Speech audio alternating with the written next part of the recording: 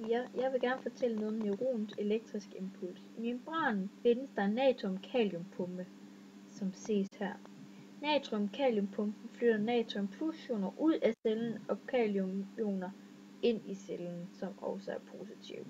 Hver gang pumpen har flyttet 3 natrium-ioner ud af cellen, har den kun transporteret 2 K+-ioner ind i cellen.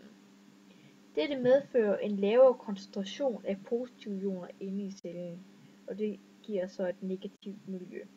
Man siger, at neuronens indre miljø er negativt i forhold til omgivelserne, og dermed forekommer der en spændingsforskel mellem de to membraner, to sider af membranen, hvis man siger det sådan. Andre endeterminaler, der tilslutter sig den her dendrit her, passer som en slags nøgle til den bestemte nervecelle, som ses af det hele, som vi har i fokus her. Signalstofferne fra endeterminalerne åbner nogle slags porte, og cellen kommer over tærskelværdien, som sender natrium+-ioner ind, da de tiltrækkes af det her negative miljø.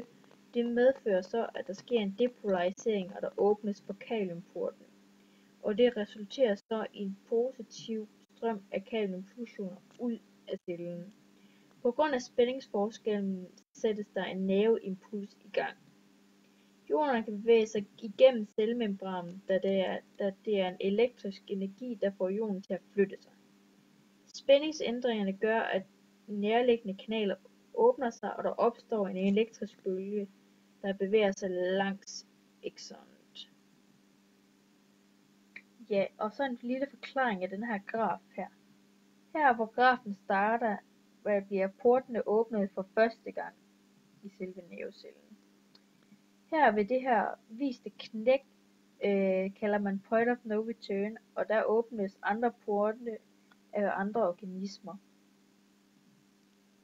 De bliver åbnet på grund af det, at der sker en stigning her ved grafen, det er på grund af, at der kommer flere natrium+-ioner ind i selve nervecellen, og det gør, at der bliver positivt inde i selve cellen.